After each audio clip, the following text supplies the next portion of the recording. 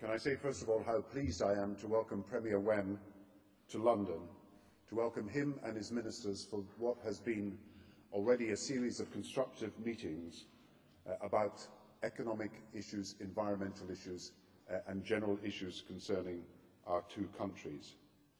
China is a strategic partner for the United Kingdom in trade, development, the environment, and in foreign policy. Our talks today and our talks on Saturday evening have focused on the issues that will arise where monumental decisions have to be made at the G20 meeting in April, and we are trying to arrange an agenda that is designed to see us through the current crisis and ensure that the world comes out stronger and more resilient. And today in our talks we focused on rebuilding global financial stability, securing a high growth but also low carbon recovery, maintaining openness and trade, reforming our international institutions, and acting to protect the poorest and those least able to protect themselves.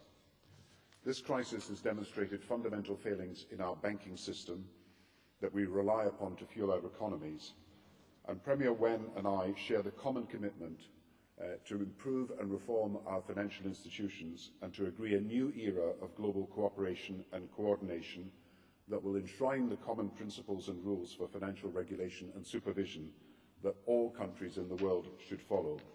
That should include an early warning system for the world economy, and we believe that the Financial Stability Forum should now include China in its membership. Premier Wen and I agreed that the biggest danger that the world faces is the retreat into protectionism, which is the road to ruin. The best attack on protectionism is to demonstrate today the benefits of trade for jobs, for businesses, and for eventual prosperity. And that is why we are ready today to break through old barriers that have existed in trade between our two countries. The UK is the largest European Union investor in China, and the UK is the leading destination for Chinese investment into Europe. But we have already agreed today to push forward with urgency better trade relationships, and Britain's exports to China will grow with an ambition to double these exports in the next 18 months. A Chinese mission will visit the United Kingdom very, very soon. Lord Mandelson and Ed Miliband will visit China in April. Chinese ministries will produce a list of infrastructure and procurement opportunities that would benefit from the Chinese fiscal stimulus package. We will identify UK companies with capacity to take up these opportunities. We will work together towards the April visit of Lord Mandelson to match the opportunities with UK companies in key sectors that we have identified, from aerospace, high-tech manufacturing, infrastructure, to education, the creative industries, pharmaceuticals, vehicles and other areas. By taking this action now, we believe that we could expand trade between our two countries immediately, and that the benefit will flow to British workers in terms of jobs and British companies in contracts. This morning, Premier Wen and I witnessed a number of bilateral trade agreements. We agreed a memorandum of understanding to promote UK trade and investment in China's regional cities, an agreement on cooperation in the field of patents, and at the Business Summit Premier Wen and I opened this morning, we agreed an action plan on sustainable development. The most important agreement is, however, that we will extend trade between our two countries, and I believe the doubling of exports over the next 18 months is something that is absolutely crucial to helping the world economy recover. We have agreed also that over the next few months we will take forward our joint action on climate change. When Ed Miliband visits China in April, he will discuss the road to Copenhagen and how we can work together with an accelerated timetable for implementation of the EU-China near-zero coal emissions. The UK's foreign policy is underpinned by a commitment to human rights and fundamental freedoms, and I welcome the opportunity to discuss developments in China, which are the subject of the annual UK-China Human Rights Dialogue. Premier Wen has overseen improvements in social and economic rights in China, which have lifted hundreds of millions of people out of poverty over the last 3 decades. But the UK will continue through our regular dialogue to seek record progress towards all international human rights standards. and I urge further dialogue on the Chinese government to resolve the underlying issues in Tibet. Britain and China's relationship is expanding each day with emerging links in the fields of sport, education, science and culture. We are well on our way to a target of 11,000 joint research papers between our two countries in scientific understanding between 2008 and 2012. We are working together to ensure that London's Olympic Games can match the success of the Beijing Games of last year. And following the success of the first Emperor exhibition at the British Museum, a major exhibition of Turner's work will be held in Beijing in 2009. UK cultural cooperation with China will be further enhanced by the Memorandum of Understanding signed today on cultural exchanges between our two countries. As I've said, the most important priority are the jobs and the livelihoods, the homes and the businesses of thousands of people in our country and in every country around the world. Our decision today to extend the trading agreements between our two countries will help create jobs, but more important than that is a signal to the whole of the world that we will work together, cooperating jointly, so that we can come through the world downturn and make our global economy a more successful and prosperous economy for all in the future. Premier Wen, thank you for visiting Britain. Dear friends from the press, it's a great pleasure for me to visit the UK at the invitation of Prime Minister Gordon Brown. I would like to thank Prime Minister Brown again for his gracious hospitality. My trip to Europe started from Switzerland. I delivered a speech at the Davos annual meeting of the World Economic Forum, and then I visited Germany, the EU headquarters, Spain, and the UK is the last stop of my European trip. It is also the longest stop. The moment that I arrived in London, I started to have extensive contacts with people from all sectors in Britain. I have had 3 rounds of discussions with Prime Minister Brown. We have open, in-depth and fruitful discussions on issues of shared interest, and especially how to cope with the current financial crisis. I have very deep impressions about our discussions, mainly reflected in 3 areas. First, China-UK relations are now at a fresh new starting point. There has been no baggage of history between us, so that both sides could stand at a higher plane and look to the future with a broader vision. Secondly, the strategic consensus between China and Britain has been strengthened. Prime Minister Brown and I shared the view that our common interest far outweighs our differences. China-UK relationship has gone beyond bilateral scope and is having an increasingly important impact on the whole world. And thirdly, China and Britain will take the opportunity of meeting this once-in-a-century financial crisis to deepen comprehensively exchanges and cooperation in all areas and to take our bilateral relationship to a new level and higher level. We welcome the framework for cooperation between the UK and China released by the UK recently. This is a positive gesture. It shows the commitment of the British side to growing its relations with China. Second point, China-EU relations enjoy solid foundation and a bright prospect. During my visit this time, I have had in-depth and candid exchange of views with leaders of major EU member states and EU institutions. We agree that over the past 30 years or so since we established relations between China and the European Union, dialogue and cooperation is the mainstream, and results and progress are extraordinary, which not only has brought huge benefit to both sides, but also has set a good example for the international community for mutually beneficial and win-win cooperation. The significance is profound and implications are far-reaching. In the face of such global challenges, we need to work harder and consolidate cooperation and be firmer in our commitment. and work together for sustainable and harmonious development of the world. And thirdly, China and the world are increasingly independent. China has been the focus of international attention. The world is watching as how China is coping with the crisis, and the world hopes that China will make greater contribution to the world economic growth. I think this is encouragement, and this has given us stronger motivation. I want to say three things or sentences. First, China needs to do a good job and not add to the trouble that the world faces. This would be the biggest contribution.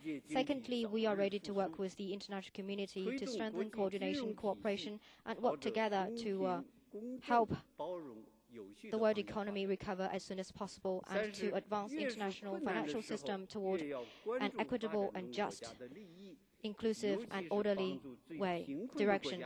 Thirdly, the more difficult it is, the more important it is necessary to pay more attention to developing countries, especially to help the least developed countries, and to honor commitment for assistance so that the world will feel the warmth of sunshine in this harsh winter. Thank you. We're meeting obviously in a day where there is large snowfalls throughout our country. That has disrupted transport and our infrastructure. I just want to say we are doing everything in our power to ensure that the services, road, rail and airports are open as quickly as possible, and we are continuously monitoring this throughout the course of the day.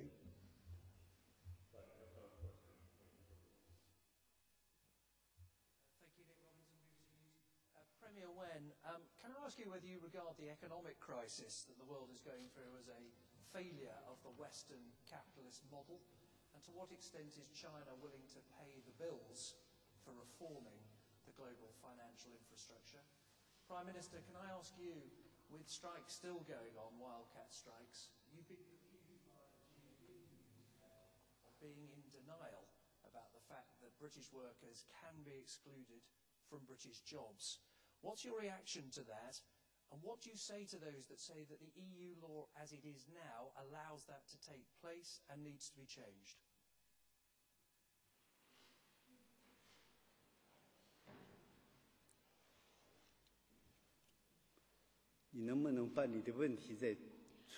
Could you please repeat your question?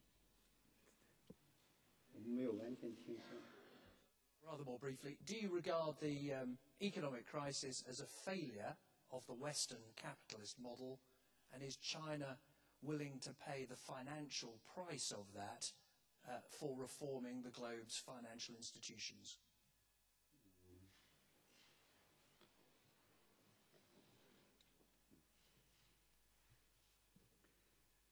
The causes for this financial crisis are obvious.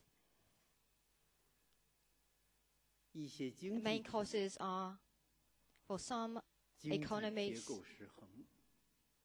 they have imbalances in their economic structure.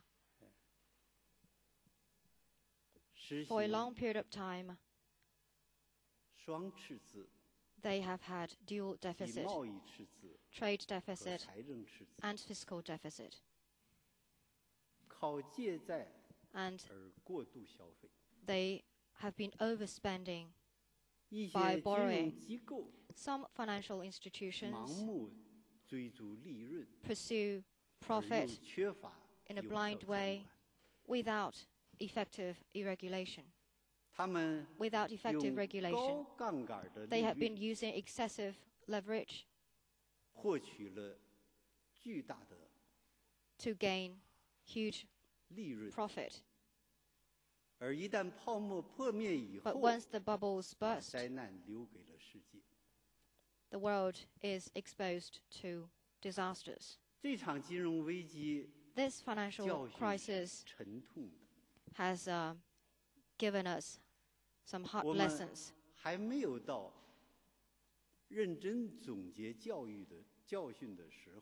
Now it is not the time to get the full picture of the crisis and to have a serious reflection on the implications of the crisis. However, it does show that how dangerous and totally unregulated market can be. It brings disastrous consequences. In the face of such a financial crisis, the Chinese government has been working with the conviction or attitude of confidence and cooperation. We hope that the entire international community needs to restore and build confidence, to give investors confidence, to give consumers confidence, and to give our leaders the confidence they need, so that our leaders will take decisive measures to stop the spread of the financial crisis. On our part, in China, first of all, we need to do a good job at home. We need to take care of China. If China's economy can maintain steady and fast development, it will be the biggest contribution to the whole world in the face of such financial crisis. And secondly, we will promote cooperation with all others in the world with all sincerity, because we know that this crisis is a global one. No country is immune from this crisis. No country can continue to develop and cope with the financial crisis on itself. Only by working together, only by making concerted efforts could we address the common challenges that we face. And thirdly, we hope that with our efforts to address the financial crisis, we not only tackle the immediate difficulties, we also bear in mind the long-term development of the world economy and lay a good foundation for the future growth of world economy. This requires a fair, equitable, open, and effective international financial order. It also requires an open, equitable, reasonable, and effective economic order. To do that, we need cooperation from all. China is ready to do its part and contribute its share. Thank you. My first priority, my personal priority, is securing and protecting the jobs of British workers here in this country at this very difficult time when we're facing a world recession. And that's why today I think it's very important that we're signing agreements with China and preparing for new agreements that will increase the number of jobs and businesses in Britain that can benefit from trade with China. And I recognise that people are worried about their jobs at the moment, and I want them and their colleagues to be treated fairly. Indeed, everything we do is to secure fair treatment for workers in our country. But I do not believe that a strike action that is happening will be anything other than counterproductive. The company has already made a commitment, the company concerned, the company at the centre of the set of issues, that they will not discriminate against British subcontractors. They've already made a commitment that jobs where advertised are free and open to British workers at all time. ACAS, we've asked to come in, and it's pressing ahead with work to establish all the facts, and we will continue to press for a resolution of this dispute. I just repeat, the government will continue to uphold employment safeguards that require a level playing field for British workers, and where we find evidence that companies are denying British workers jobs by breaking these requirements, we will take action. I understand that employment and the risk of unemployment is uppermost in people's minds. It affects people's security with their mortgages, it affects the livelihood of families, it affects the way businesses can operate and have a long-term future. And we will do everything in our power to help people stay in their jobs, but also, of course, to help people get new jobs where jobs are lost.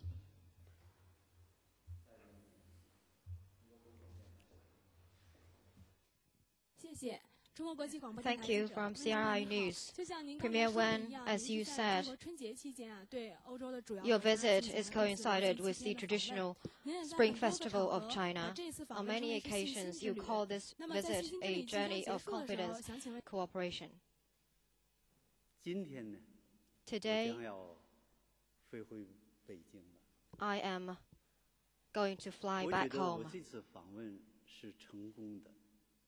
This is a successful visit.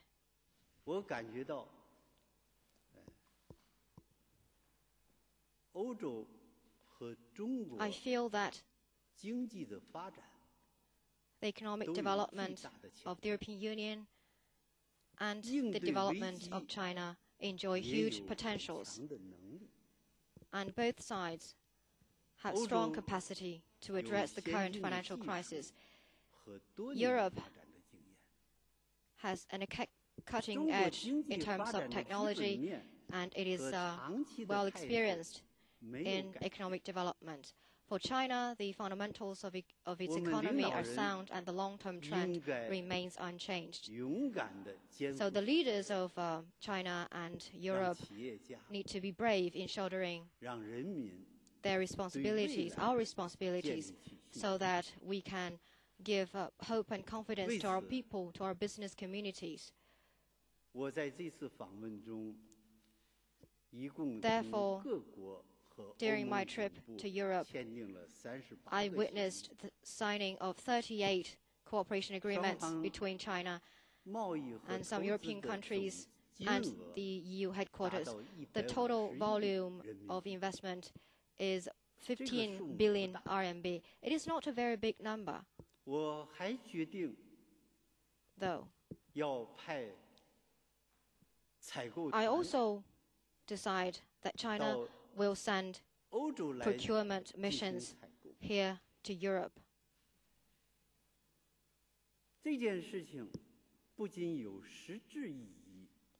This is a very meaningful step.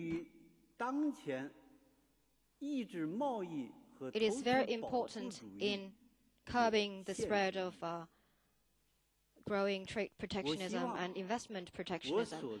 I hope that by what I am doing, we are able to bring cooperation to people in China and Europe and bring confidence and hope to people in China and Europe for further cooperation and to tide over the difficulties, and so that they will have more hope to have a brighter future. Thank you. Say that we appreciate very much that at the time of the Chinese New Year, Premier Wen has been able to spend 3 days in the United Kingdom.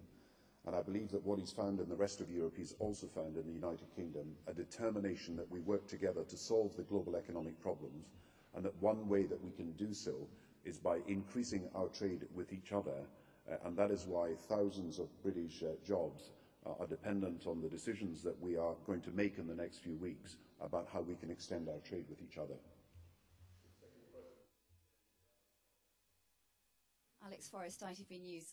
Prime Minister, you say that you want to protect British jobs, but given the fact that there has been an escalation of these wildcat strikes today because people are worried about their jobs, about protecting their jobs, what is your message to them, to those people who are on the picket lines? And secondly, just in relation to what Nick Robinson asked you, do you think you need to look again at EU law? Well, the first thing I say is this, that the contractor at the centre of this dispute has made a very clear statement to clarify the issues that affect them and affect the European position. They have said very clearly that they will not discriminate against British contractors. They have said that British workers where jobs are being advertised are free to apply and will be accepted on their merits. And I believe that other companies throughout the country will make that absolutely clear as well. And when that becomes clear and it's within the European law, then people will see that there is to be no discrimination in future against British workers, even if it is a foreign contractor working on a British contract. Now, I recognise that underlying this are people's worries about their jobs and people's anxieties about the effect on their mortgages and their homes and their livelihoods if jobs are lost. But I also say that an unofficial strike is a counterproductive way of solving problems that can actually be solved by discussion and by negotiation. And ACAS, whom we asked to come into this, is pressing ahead with work to establish all the facts, and we will continue to press for a resolution of this individual dispute and show people that all the action that we can take is essential action to ensure that people are treated with a level playing field for jobs.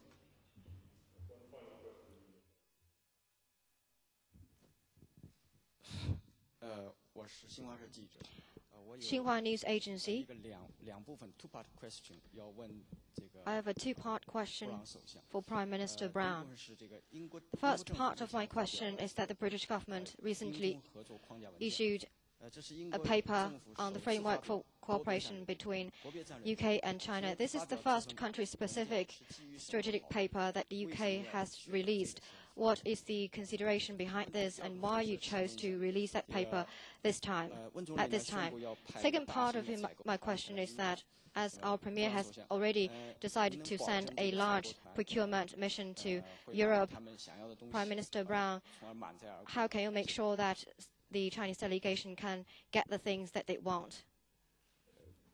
By following up every opportunity that there exists for us to be able to export to China and for our two countries to have the best trade relations possible.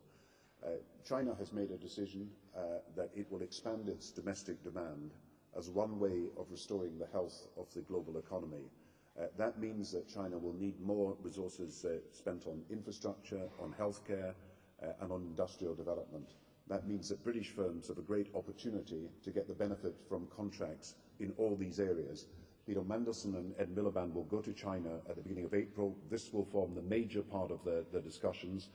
We will obviously list areas where we think that we can provide the exports to China that China needs, and we will be in consultation with the trade mission, which is going to come to our country very soon. As I say, a £5 billion extension of exports is a prize for thousands of jobs, as well as giving new encouragement to hundreds of businesses in our country.